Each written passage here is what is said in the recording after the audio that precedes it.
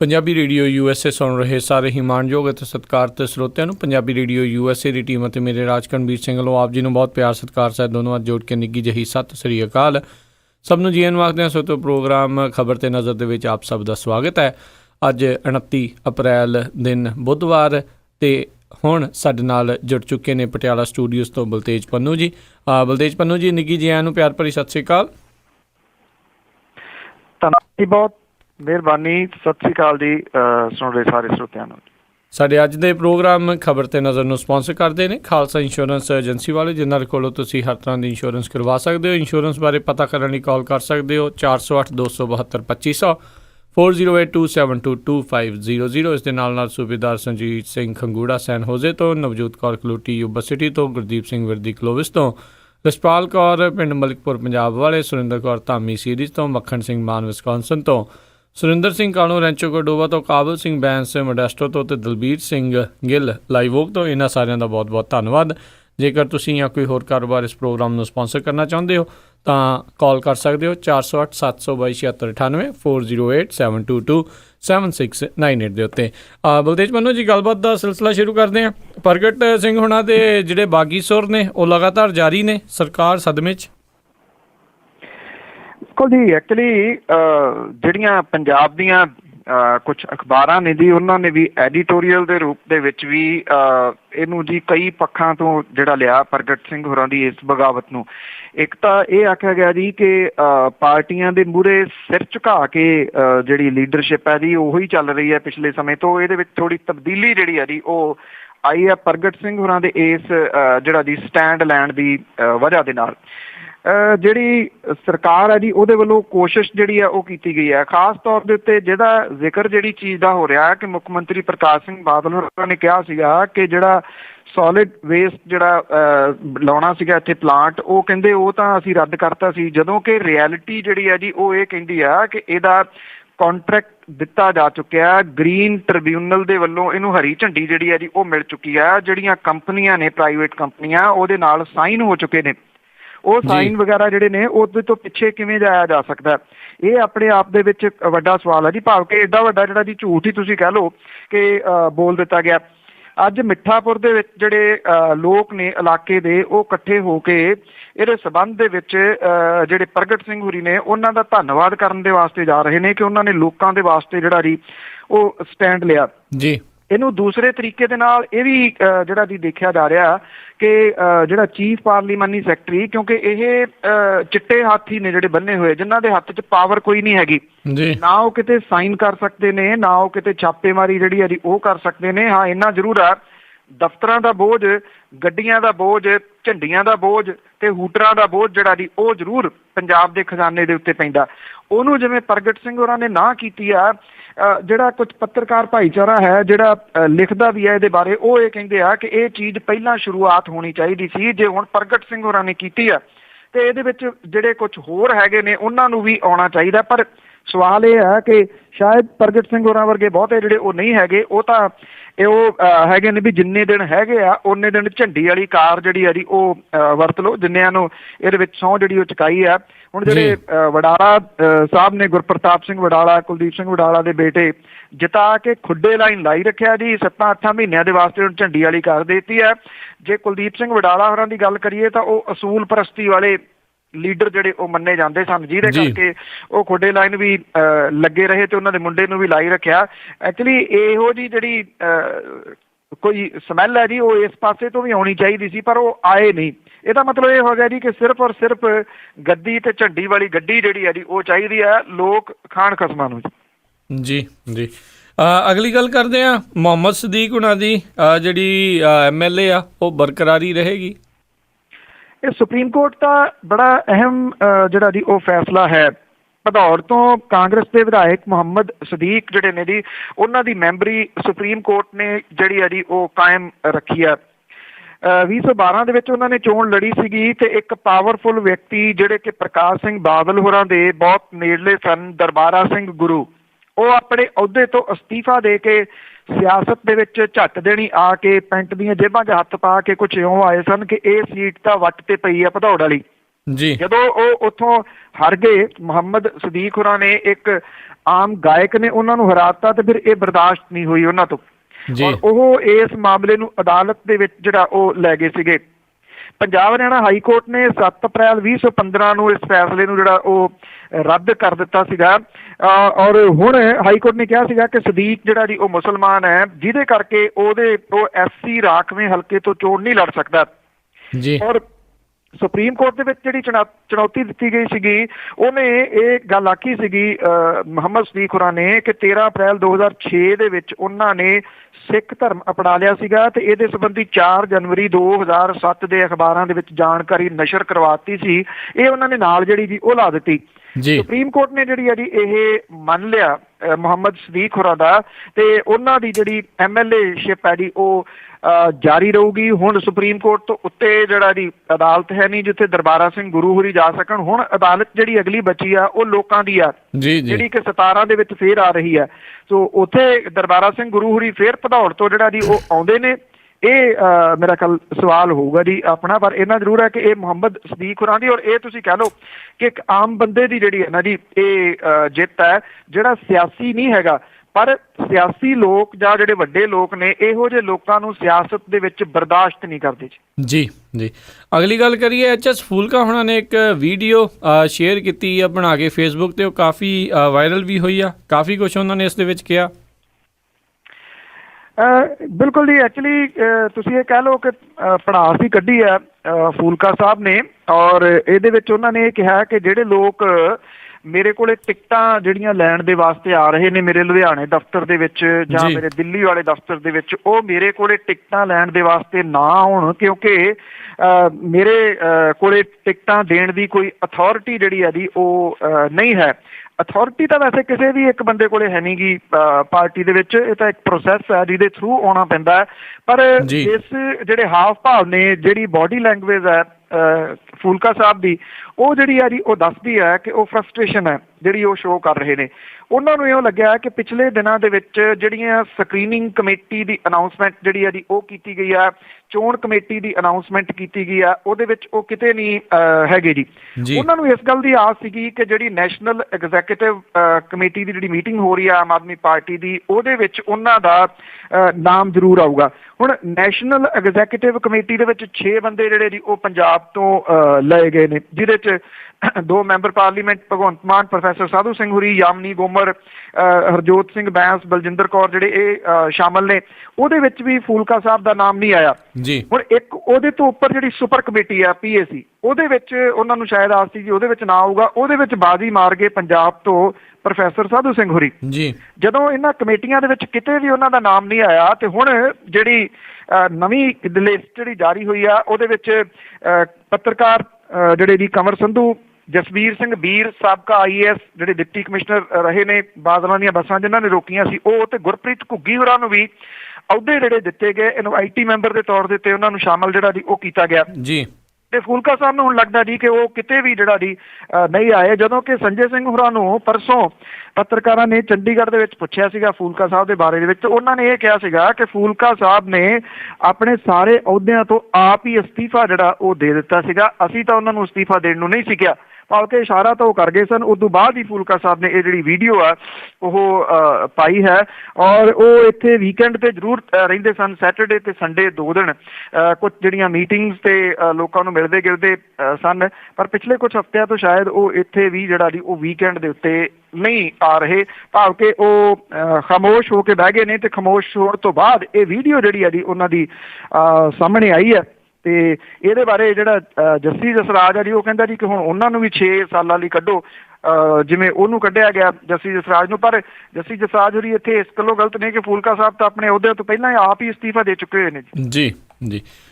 ਅਗਲੀ ਜਿਹੜੀ ਆਪਾਂ ਗੱਲ ਕਰੀਏ ਜੈਜ਼ੀ ਬੈਂਸ ਤੋਂ ED ਦੀ ਪੁੱਛਗਿੱਛ। ਐਕਚੁਅਲੀ ਜੀ ਜਿਹੜੇ ਸਿੰਗਰ ਨੇ ਇਹ, ਕਿਉਂਕਿ ਬਾਹਰਲੇ ਮੁਲਕਾਂ ਨੇ ਹੁਣ ਥੋੜ੍ਹਾ ਜਿਹਾ ਸਖਤੀ ਜਿਹੜੀ ਉਹ ਕੀਤੀ ਹੋਈ ਆ, USA ਦੇ ਵਿੱਚ ਬੜੀ ਸਖਤੀ ਆ, ਕੈਨੇਡਾ ਦੇ ਵਿੱਚ ਸਖਤੀ ਆ ਜੀ, ਕਿ ਜਿਹੜਾ ਵਿਜ਼ਟਰ ਵੀਜ਼ਾ ਹੁੰਦਾ ਉਹਦੇ ਉੱਤੇ ਕੋਈ ਪਰਫਾਰਮ ਨਹੀਂ ਕਰ ਸਕਦਾ ਜਿਹੜਾ ਸਿੰਗਰ ਜਾ ਕੇ, ਜੇ ਕਰਦਾ ਤੇ ਅੱਗੋਂ ਉਹਦਾ ਵੀਜ਼ਾ ਜਿਹੜਾ ਰੱਦ ਹੋ ਜਾਂਦਾ। ਬ੍ਰਿਟਨ ਨੇ ਵੀ ਇਹ ਪਾਬੰਦੀ ਜਿਹੜੀ ਆ ਜੀ ਉਹ ਲਾਈ ਹੋਈ ਆ, ਕਿਉਂਕਿ ਉੱਥੇ ਉਹਨੂੰ ਫਿਰ ਟੈਕਸ ਜਿਹੜਾ ਨਾ ਜੀ ਉਹ ਦੇਣਾ ਪੈਂਦਾ। ਸਰਕਾਰਾਂ ਨੂੰ ਪਹਿਲਾਂ ਨਹੀਂ ਸੀ ਪਤਾ ਲੱਗਦਾ ਹੁੰਦਾ ਕਿ ਇਹ ਕਿੰਨੇ ਕੁ ਪੈਸੇ ਜਿਹੜੇ ਆ ਉੱਥੇ ਬਣਾਉਂਦੇ ਆ, ਔਰ ਸਹੀ ਫੈਸਲਾ ਵੀ ਆ।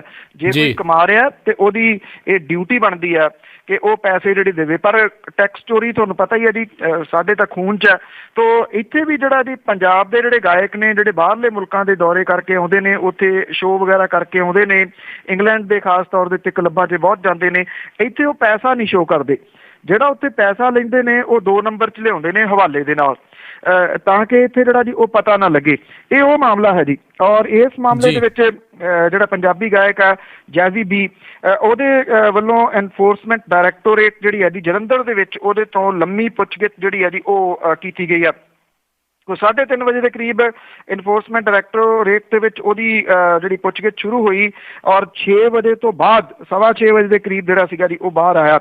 2 ਸਾਲ ਪਹਿਲਾਂ ਵੀ ਜੈਜ਼ੀ ਨੂੰ ਇਨਫੋਰਸਮੈਂਟ ਡਾਇਰੈਕਟੋਰੇਟ ਨੇ ਤਲਬ ਕੀਤਾ ਸੀਗਾ। ਉਦੋਂ ਉਹਦੀਆਂ ਫਿਲਮਾਂ ਦੇ ਬਾਰੇ ਦੇ ਵਿੱਚ ਪੁੱਛਿਆ ਗਿਆ ਸੀਗਾ, ਔਰ ਹਿਸਾਬ ਕਿਤਾਬ ਜਿਹੜਾ ਉਹ ਪੁੱਛਿਆ ਸੀਗਾ। ਹੁਣ ਉਹਦੇ ਤੋਂ ਜਿਹੜੇ ਵਿਦੇਸ਼ਾਂ ਦੇ ਵਿੱਚ ਹੁੰਦੇ ਜਿਹੜੇ ਪ੍ਰੋਗਰਾਮ ਨੇ, ਉਹਨਾਂ ਦੀ ਆਮਦਨ ਦਾ ਸਹੀ ਵੇਰਵਾ ਉਹਨੇ ਜਿਹੜਾ ਜੀ ਉਹ ਨਹੀਂ ਦਿੱਤਾ ਆਪਣੀ ਜਿਹੜੀ ਟੈਕਸ ਰਿਟਰਨ ਹੈ ਉਹਦੇ ਵਿੱਚ, ਜਿਹਦੇ ਕਰਕੇ ਇਨਫੋਰਸਮੈਂਟ ਡਾਇਰੈਕਟੋਰੇਟ ਦੇ ਵੱਲੋਂ ਪੁੱਛਗਿੱਛ ਕੀਤੀ ਗਈ ਆ ਕਿ ਉਹ ਸੈਟਿਸਫਾਈਡ ਹੋ ਗਈ ਆ, ਅੱਗੋਂ ਨਹੀਂ ਸੱਦਿਆ ਜਾਊਗਾ। ਈਡੀ ਅਕਸਰ ਜਿਹੜਾ ਹੈ ਜੀ ਇੱਦਾਂ ਦੀ ਗੱਲ ਲੀਕ ਨਹੀਂ ਕਰਦੀ, ਉਹ ਮੀਡੀਆ ਨੂੰ ਨਹੀਂ ਕੁਝ ਦੱਸਦੀ ਕਿ ਗੱਲਬਾਤ ਦੇ ਵਿੱਚੋਂ ਕੀ ਨਿਕਲਿਆ ਜੀ। ਜੀ ਜੀ ਅਗਲੀ ਜਿਹੜੀ ਗੱਲ ਕਰਦੇ ਖਰਚੇ ਦੇ ਬਣੇ, ਪੰਜਾਬ ਦੇ ਜਿਹੜੇ ਬਹੁਤੇ ਹਵਾਈ ਅੱਡੇ ਆ ਉਹ ਬੇਸਿਕਲੀ ਹੁਣ ਖਰਚੇ ਦਾ ਜਿਹੜਾ ਉਹ ਕਾਰਨ ਬਣ ਰਹੇ, ਚੰਗੇ ਮਹਿੰਗੇ ਬਣੇ ਸੀਗੇ ਉਦੋਂ।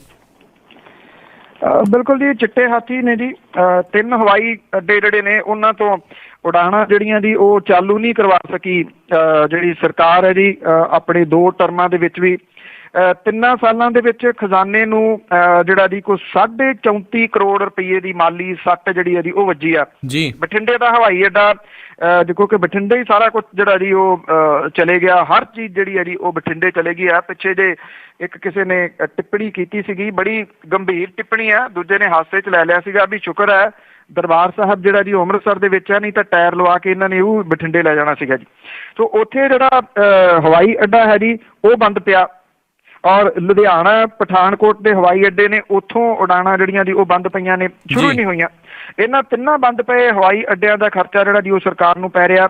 ਬਿਜਲੀ, ਪਾਣੀ ਤੇ ਇਹਦੀ ਜਿਹੜੀ ਸਿਕਿਉਰਿਟੀ ਆ ਉਹਦੇ ਖਰਚੇ ਪੂਰੇ ਨਹੀਂ ਹੋ ਰਹੇ। ਖਰਚੇ ਤਾਂ ਪੂਰੇ ਹੁੰਦੇ ਆ ਨਾ ਜੀ ਜੇ ਉੱਥੇ ਜਿਹੜੀਆਂ 에ਅਰਲਾਈਨ ਸ਼ੁਰੂ ਹੋਣ, ਉੱਥੋਂ ਉਡਾਣਾਂ ਚੱਲਣ, ਜਿਹੜੇ ਪੈਸੰਜਰ ਨੇ ਉਹ ਆਉਣ, ਉੱਥੇ ਤਾਂ ਸ਼ੁਰੂ ਹੀ ਨਹੀਂ ਹੋ ਸਕਿਆ।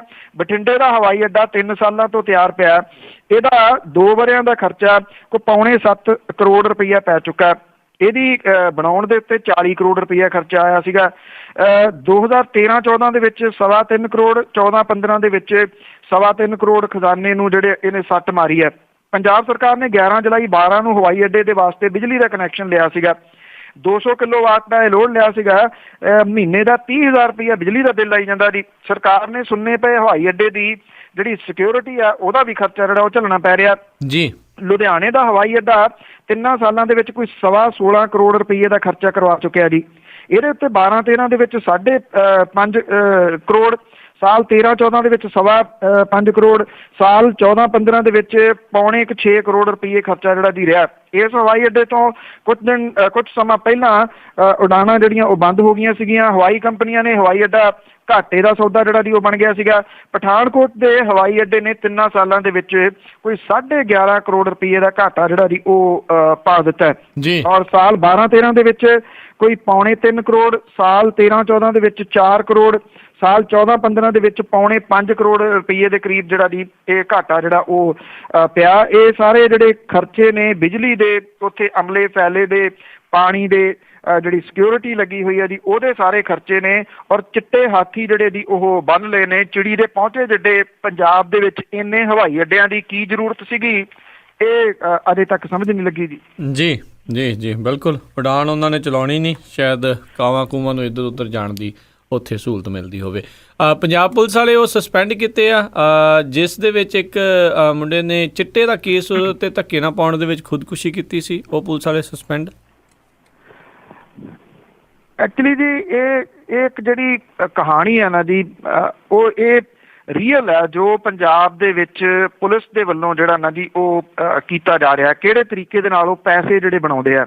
ਹੋਇਆ ਕੀ ਹੈ ਜੀ ਕਿ ਲੁਧਿਆਣੇ ਦਾ ਇਹ ਮੁੰਡਾ ਜਿਹੜਾ ਸੀਗਾ ਜੀ ਉਹਨੇ ਉਹਦੇ ਫੋਨ ਦੀ ਦੁਕਾਨ ਆ ਜੀ, ਫੋਨ ਰਿਪੇਅਰ ਦੀ ਤੇ ਫੋਨ ਰੀਚਾਰਜ ਕਰਨ ਦੀ। ਇੰਦਰਪਾਲ ਸਿੰਘ ਅਹੂਜਾ ਇਹਦਾ ਨਾਮ ਸੀਗਾ ਜੀ। ਇੱਕ ਗੈਂਗਸਟਰ ਸੀਗਾ ਜੀ ਗੋਰੂ ਬੱਚਾ, ਉਹਦਾ ਮੋਬਾਇਲ ਫੋਨ ਜਿਹੜਾ ਜੀ ਰੀਚਾਰਜ ਕਰ ਦਿੱਤਾ ਉਹਨੇ। ਹੁਣ ਰੀਚਾਰਜ ਜਦੋਂ ਤੁਸੀਂ ਕਰਾਉਂਦੇ ਹੋ ਮੰਨ ਲਓ ਕਿਸੇ ਦੁਕਾਨ ਦੇ ਉੱਤੋਂ, ਤੇ ਉੱਥੇ ਤੁਸੀਂ ID ਪ੍ਰੂਫ ਨਹੀਂ ਆਪਣਾ ਦੇਣਾ ਹੁੰਦਾ ਕਿ ਇਹ ਰੀਚਾਰਜ ਕਰਾਉਣ ਵਾਲਾ ਕੌਣ ਹੈ।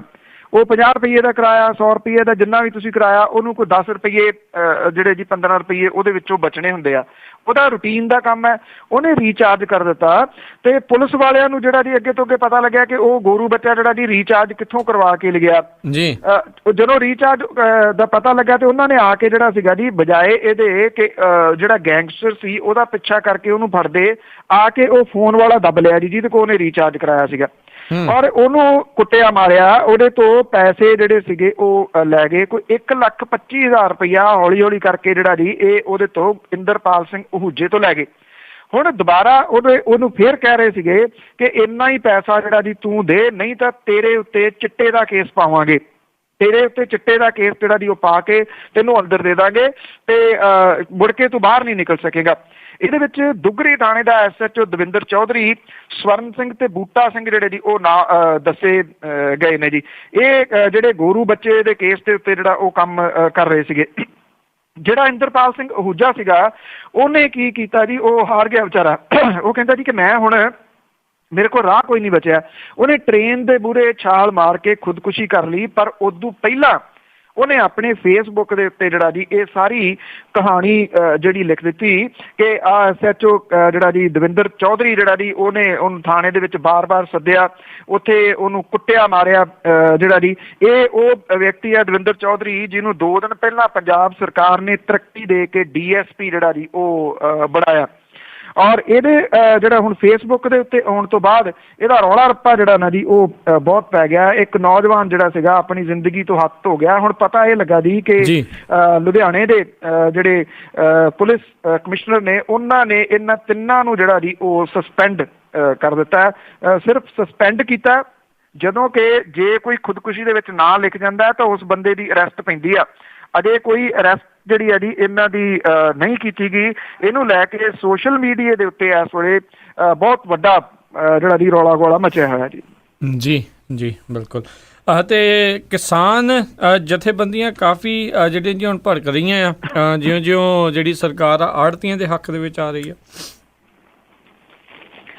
ਐਕਚੁਅਲੀ ਜੀ ਕਿਸਾਨ ਜਥੇਬੰਦੀਆਂ ਕੋਲੇ ਵਿਚਾਰੀਆਂ ਕੋਲੇ ਹੁਣ ਹੈ ਵੀ ਕੀ ਰਾਹ ਜੀ। ਜੋ ਕੁਝ ਹਾਲਾਤ ਜਿਹੜੇ ਉਹ ਪੰਜਾਬ ਦੇ ਬਣ ਗਏ ਨੇ, ਖਾਸ ਤੌਰ ਦੇ ਉੱਤੇ ਜੋ ਕੁਝ ਬਰਨਾਲੇ ਦੇ ਵਿੱਚ ਹੋਇਆ, ਉਦੋਂ ਬਾਅਦ ਜਿਵੇਂ ਜਿਹੜੀ ਸੱਤਾਧਾਰੀ ਅਕਾਲੀ BJP ਦੇ ਜਿਹੜੇ ਆਗੂ ਤੇ ਉਹਨਾਂ ਦੇ ਹਮਾਇਤੀ ਨੇ, ਜਿਵੇਂ ਉਹ ਪਰਿਵਾਰ ਦੇ ਖਿਲਾਫ ਹੀ ਉੱਠ ਕੇ ਖੜੇ ਹੋ ਗਏ ਨੇ, ਜਿਨ੍ਹਾਂ ਨੇ ਸੁਸਾਈਡ ਕੀਤਾ ਇੱਕ ਮਾਂ ਪੁੱਤ ਨੇ, ਉਹਨਾਂ ਦੇ ਖਿਲਾਫ ਹੀ ਕਿ ਉਹਨਾਂ ਦੇ ਜਿਹੜੇ ਬਾਕੀ ਰਹਿੰਦੇ ਮੈਂਬਰ ਨੇ ਉਹਨਾਂ ਤੇ ਵੀ ਪਰਚਾ ਦਰਜ ਕਰੋ, ਜਾਂ ਇਹ ਕਹਿ ਰਹੇ ਨੇ ਕਿ ਕਿਸਾਨ ਜਥੇਬੰਦੀਆਂ ਜਿਹੜੀਆਂ ਨੇ ਉਹਨਾਂ ਦੇ ਉੱਤੇ ਪਰਚਾ ਜਿਹੜਾ ਉਹ ਦਰਜ ਕਰੋ। ਕਿਸਾਨ ਜਥੇਬੰਦੀਆਂ ਜਿਹੜੀਆਂ ਜੀ ਉਹ ਕਾਫੀ ਭੜਕ ਗਈਆਂ ਨੇ ਇਹਦੇ ਤੋਂ। ਜਿਹੜੇ ਕਿਸਾਨ ਯੂਨੀਅਨ ਨੇ, ਇੱਕ ਜਿਹੜੀ ਸਰਕਾਰੀ ਕਿਸਾਨ ਯੂਨੀਅਨ ਹੈ ਲੱਖੋਵਾਲ ਵਾਲੀ, ਉਹਨੂੰ ਛੱਡ ਕੇ ਬਾਕੀ ਜਿਹੜੀਆਂ ਨੇ ਜੀ ਉਹ ਤਕਰੀਬਨ ਇਕੱਠੀਆਂ ਜਿਹੜੀਆਂ ਜੀ ਉਹ ਹੋਈਆਂ ਨੇ। ਔਰ ਉਹਨਾਂ ਨੇ ਇਹ ਕਿਹਾ ਕਿ ਜਦੋਂ ਇੱਕ ਪਾਸੇ ਤਾਂ ਸਰਕਾਰ ਜਿਹੜੀ ਹੈ ਜੀ ਉਹ ਕਹਿੰਦੀ ਆ ਕਿ ਅਸੀਂ ਉਸ ਪਰਿਵਾਰ ਦੀ ਮਦਦ ਕਰਨ ਨੂੰ ਤਿਆਰ ਹਾਂ, ਅਸੀਂ ਉਹਦੇ ਜਿਹੜਾ ਜੀ 5-5 ਲੱਖ ਰੁਪਈਆ ਦੇਵਾਂਗੇ, ਔਰ ਨਾਲ ਦੀ ਨਾਲ ਇਹ ਵੀ ਕਹਿ ਰਹੀ ਹੈ ਕਿ ਅਸੀਂ ਪੁਲਿਸ ਦੇ ਖਿਲਾਫ ਜਿਹੜਾ ਜੀ ਉਹ ਵੀ ਪਰਚਾ ਦਰਜ ਕਰਾਂਗੇ। ਇਹ ਵੀ ਕਹਿ ਰਹੀ ਹੈ ਕਿ ਅਸੀਂ ਆੜ੍ਹਤੀਆ ਫੜ ਕੇ ਅੰਦਰ ਦਿੱਤਾ। ਦੂਜੇ ਪਾਸੇ ਇਹ ਸਾਰੇ ਦੇ ਸਾਰੇ ਪੁਲਿਸ ਸਟੇਸ਼ਨ ਜਿਹੜਾ ਜੀ ਉਹ ਘੇਰ ਰਹੇ ਨੇ ਆੜ੍ਹਤੀਏ, ਇਹ ਪਰਚਾ ਜਿਹੜਾ ਜੀ ਉਹ ਵਾਪਸ ਕਰੋ। ਕਿਸਾਨ ਜਥੇਬੰਦੀਆਂ ਕਹਿੰਦੀਆਂ ਨੇ ਕਿ ਅਗਲੇ ਕੁਝ ਦਿਨਾਂ ਦੇ ਦੌਰਾਨ ਸਰਕਾਰ ਨੇ ਇਹ ਪਰਚੇ ਜਿਹੜੇ ਨੇ ਵਾਪਸ ਲੈ ਲੈਣੇ ਨੇ ਤੇ ਕਹਾਣੀ ਉੱਥੇ ਦੀ ਉੱਥੇ ਰਹਿ ਜਾਣੀ ਹੈ, ਜਿਹਦੇ ਕਰਕੇ ਇਹਨਾਂ ਸਾਰੀਆਂ ਨੇ ਜਿਹੜਾ ਜੀ ਉਹ ਇਕੱਠੀਆਂ ਹੋ ਕੇ ਇਹ ਕਿਹਾ ਕਿ ਉਹ ਸਰਕਾਰ ਦੇ ਦੋਗਲਾ ਚਿਹਰਾ ਜਿਹੜਾ ਜੀ ਉਹਨੂੰ ਲੋਕਾਂ ਦੇ ਵਿੱਚ ਨੰਗਿਆ ਕੀਤਾ ਜਾਊਗਾ। ਔਰ ਉਹਨਾਂ ਨੇ ਇਹ ਕਿਹਾ ਕਿ ਪਿੰਡਾਂ ਦੇ ਵਿੱਚ ਇਹਨਾਂ ਨੂੰ ਵੜਨ ਨਹੀਂ ਦਿੱਤਾ ਜਾਊਗਾ ਜਿਹੜੇ ਕਿ ਇਸ ਵੇਲੇ ਸਰਕਾਰ ਦੇ ਵਿੱਚ ਨੇ। ਇਹ ਜਿਹੜੀਆਂ ਕਿਸਾਨ ਜਥੇਬੰਦੀਆਂ ਨੇ, ਜਿਹੜਾ ਡਕੌਂਦਾ ਗਰੁੱਪ ਆ ਜੀ ਖਾਸ ਤੌਰ ਦੇ ਉੱਤੇ, ਉਹਨਾਂ ਨੇ ਮੀਟਿੰਗ ਦੇ ਵਿੱਚ ਜਿਹੜਾ ਜੀ ਇਹ ਅਹਿਮ ਫੈਸਲਾ ਜਿਹੜਾ ਜੀ ਉਹ ਲਿਆ। ਦੂਜੇ ਪਾਸੇ ਜਿਹੜੇ ਆੜ੍ਹਤੀਏ ਨੇ ਉਹਨਾਂ ਨੇ ਬਰਨਾਲੇ ਡਿਸਟ੍ਰਿਕਟ ਦੇ ਵਿੱਚ ਆਪਣੀਆਂ ਦੁਕਾਨਾਂ ਜਿਹੜੀਆਂ ਜੀ ਉਹ ਬੰਦ ਰੱਖੀਆਂ ਨੇ।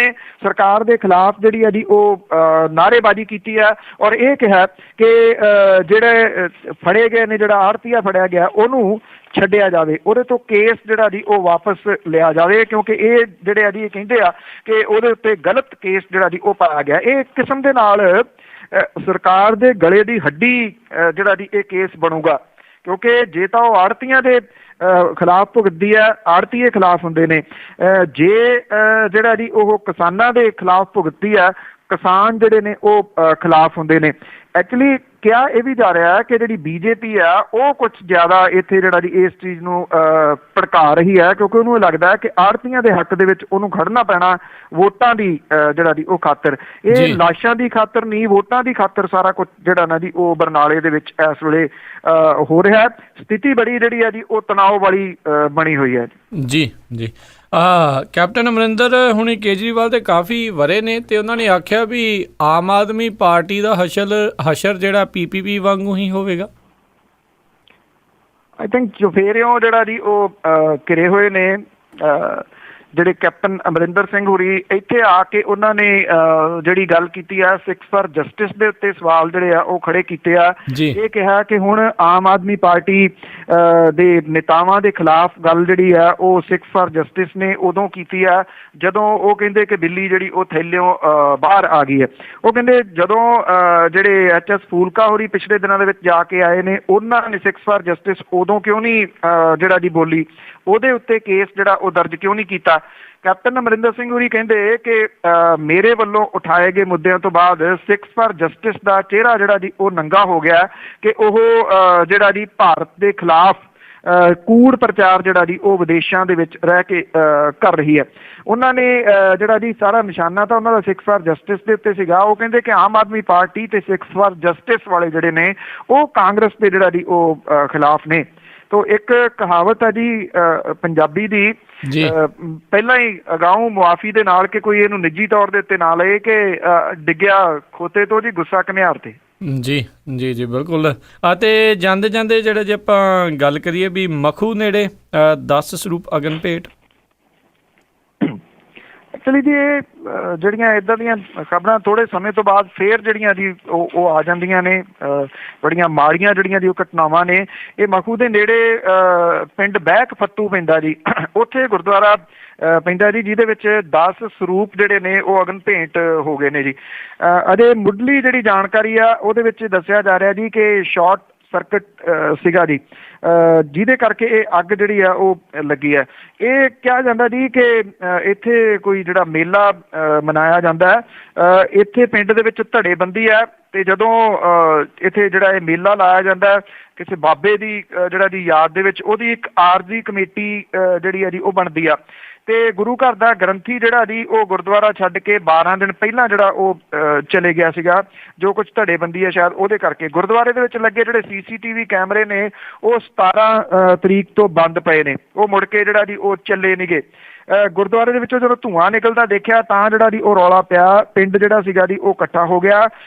ਗੁਰਦੁਆਰੇ ਨੂੰ ਤਾਲਾ ਪਿਛਲੇ ਕਈ ਦਿਨਾਂ ਤੋਂ ਜਿਹੜਾ ਉਹ ਲੱਗਿਆ ਹੋਇਆ ਸੀਗਾ। ਲੋਕਾਂ ਨੇ ਛੱਤ ਦੇ ਉੱਤੇ ਜਾ ਕੇ ਉੱਪਰ ਦਾ ਦਰਵਾਜ਼ਾ ਜਿਹੜਾ ਤੋੜ ਕੇ ਅੰਦਰ ਜਾਣ ਦੀ ਕੋਸ਼ਿਸ਼ ਕੀਤੀ, ਅੰਦਰ ਧੂੰਆਂ ਹੀ ਧੂੰਆਂ ਸੀਗਾ। ਫਿਰ ਬਾਰੀਆਂ ਤੋੜ ਕੇ ਲੋਕ ਜਿਹੜੇ ਸੀਗੇ ਜੀ ਉਹ ਅੰਦਰ ਵੜੇ ਤੇ ਉਦੋਂ ਤੱਕ ਜਿਹੜੀ ਅੱਗ ਸੀਗੀ ਉਹ ਸਾਰੇ ਫੈਲ ਚੁੱਕੀ ਹੋਈ ਸੀ। ਇਹਦੇ ਵਿੱਚ 10 ਸਰੂਪ ਜਿਹੜੇ ਨੇ ਗੁਰੂ ਗ੍ਰੰਥ ਸਾਹਿਬ ਦੇ ਉਹ ਅਗਨ ਭੇਟ ਜਿਹੜੇ ਆ ਜੀ ਉਹ ਹੋ ਗਏ ਨੇ। ਪੁਲਿਸ ਕਹਿੰਦੀ ਆ ਅਸੀਂ ਜਾਂਚ ਕਰ ਰਹੇ ਹਾਂ, ਪੁਲਿਸ ਕਹਿੰਦੀ ਆ ਕਿ ਇਹ ਬਿਜਲੀ ਦੇ ਸ਼ਾਰਟ ਸਰਕਟ ਕਰਕੇ ਅੱਗ ਲੱਗੀ ਆ, ਪਰ ਜਿਹੜੇ ਇਲਾਕੇ ਦੇ ਲੋਕ ਨੇ, ਪਿੰਡ ਦੇ ਲੋਕ ਨੇ, ਉਹ ਇਹ ਕਹਿੰਦੇ ਆ ਕਿ ਇੱਥੇ ਧੜੇਬੰਦੀ ਬੜੀ ਆ। ਕਿਤੇ ਨਾ ਕਿਤੇ ਇਹ ਧੜੇਬੰਦੀ ਵੀ ਜਿਹੜੀ ਆ ਜੀ ਇਸ ਘਟਨਾ ਦੇ ਵਾਸਤੇ ਜ਼ਿੰਮੇਵਾਰ ਹੋ ਸਕਦੀ ਹੈ। ਜਿਹੋ ਜਿਹੀਆਂ ਕੁਝ ਜਿਹੜੀਆਂ ਚੀਜ਼ਾਂ ਜਿਹਦੇ ਵਿੱਚ ਮੈਂ ਇਸ਼ਾਰਾ ਕੀਤਾ ਕਿ ਗ੍ਰੰਥੀ ਦਾ ਜਾਣਾ ਜਾਂ ਜਿਹੜਾ ਜੀ CCTV ਕੈਮਰੇ ਜਿਹੜੇ ਨੇ ਉਹ ਬੰਦ ਹੋਣੇ। ਜੀ ਜੀ ਤਾਂ ਸਰੋਤਿਓ ਸੀਗੀਆਂ ਸਾਡੀਆਂ ਅੱਜ ਦੀਆਂ ਕੁਝ ਖਬਰਾਂ ਜਿਨ੍ਹਾਂ ਬਾਰੇ ਸਾਨੂੰ ਜਾਣਕਾਰੀ ਦੇ ਰਹੇ ਸੀਗੇ ਬਲਤੇਜ ਪੰਨੂ ਜੀ। ਤੇ ਪੰਨੂ ਜੀ ਜਾਣ ਤੋਂ ਪਹਿਲਾਂ ਅੱਜਨਾਮਾ ਕਿ ਪ੍ਰਗਟ ਸਿੰਘ ਨੂੰ ਪਿਆ ਸੀ ਜਦੋਂ ਚੋਗਾ, ਉਹਦੇ ਵਾਂਗ ਵਿਧਾਇਕ 6 ਹੋਰ ਮੀਆਂ। ਪ੍ਰਗਟ ਸਿੰਘ ਨੂੰ ਪਿਆ ਸੀ ਜਦੋਂ ਚੋਗਾ, ਉਹਦੇ ਵਾਂਗ ਵਿਧਾਇਕ 6 ਹੋਰ ਮੀਆਂ। ਘਰੀ 6ਾਂ ਦੇ ਜਸ਼ਨ ਸੀ ਸ਼ੁਰੂ ਹੋਇਆ, ਨੱਚਣ ਗਾਉਣ ਵਾਲਾ ਚੋਖਾ ਸ਼ੋਰ ਮੀਆਂ। ਪੁੱਛਣ ਗਏ ਮਹੂਰਤ ਨਹੀਂ ਪਾਂਦਿਆਂ ਤੋਂ, ਚੰਡੀਗੜ੍ਹ ਲਈ ਕਾਰ ਲਈ ਤੋਰ ਮੀਆਂ, ਪ੍ਰਗਟ ਸਿੰਘ ਨੇ ਕਰ ਇਨਕਾਰ ਦਿੱਤਾ, ਕੁੰਡੀ ਪਰਤ ਗਈ ਸਣੇ ਸੀ ਡੋਰ ਮੀਆਂ। ਢਲਦੀ ਸ਼ਾਮ ਵਜ਼ੀਰੀ ਹੈ ਮਿਲੀ ਜਿਹਨੂੰ, 4 ਦਿਨ ਦਾ ਮਾਣ ਲਊ ਚਾਅ ਮੀਆਂ। ਢਲਦੀ ਸ਼ਾਮ ਵਜ਼ੀਰੀ ਹੈ ਮਿਲੀ ਜਿਹਨੂੰ, 4 ਦਿਨ ਦਾ ਮਾਣ ਲਊ ਚਾਅ ਮੀਆਂ। ਉਹਦੇ ਬਾਅਦ ਹਾਲਾਤ ਦਾ ਪਤਾ ਕੀ ਹੈ, ਲੱਗਦੀ ਚੰਗੀ ਨਾ ਐਤਕੀ ਵਾਹ ਮੀਆਂ। ਜੀ ਬਹੁਤ ਬਹੁਤ ਧੰਨਵਾਦ ਬਲਤੇਜ ਪੰਨੂ ਜੀ, ਤੁਸੀਂ ਸਾਡੇ ਨਾਲ ਜੁੜੇ ਇਹਨਾਂ ਖਬਰਾਂ ਬਾਰੇ ਸਾਨੂੰ ਜਾਣਕਾਰੀ ਦਿੱਤੀ। ਅਗਲੇ ਬੁਲਟਨ ਤੱਕ ਲਈ ਤੁਹਾਡਾ ਬਹੁਤ ਬਹੁਤ ਧੰਨਵਾਦ, ਮਿਹਰਬਾਨੀ, ਸਤਿ ਸ਼੍ਰੀ ਅਕਾਲ। ਧੰਨਵਾਦ ਜੀ, ਸਤਿ ਸ਼੍ਰੀ ਅਕਾਲ। ਤੇ ਸੋ ਤੋਂ ਇੱਥੇ ਹੀ ਸਾਡਾ ਅੱਜ ਦਾ ਇਹ ਪ੍ਰੋਗਰਾਮ ਆ ਉਹ ਹੁਣ ਸਮਾਪਤ ਹੁੰਦਾ ਹੈ। ਹੁਣ ਮੈਨੂੰ ਰਾਜਕਨਵੀਰ ਸਿੰਘ ਨੂੰ ਇਜਾਜ਼ਤ ਦਿਓ। ਮੇਰੇ ਵੱਲੋਂ ਆਪ ਸਭ ਨੂੰ ਬਹੁਤ ਪਿਆਰ ਸਤਿਕਾਰ ਸਹਿਤ ਦੋਨੋਂ ਅੱਜ ਜੋੜ ਕੇ ਨਿੱਘੀ ਜਿਹੀ ਸਤਿ ਸ਼੍ਰੀ ਅਕਾਲ। ਜਿਉਂਦੇ ਵਸਦੇ ਰਹੋ, ਹੱਸਦੇ ਖੇਲਦੇ ਰਹੋ ਤੇ ਸੁਣਦੇ ਰਹੋ ਪੰਜਾਬੀ ਰੇਡੀਓ USA।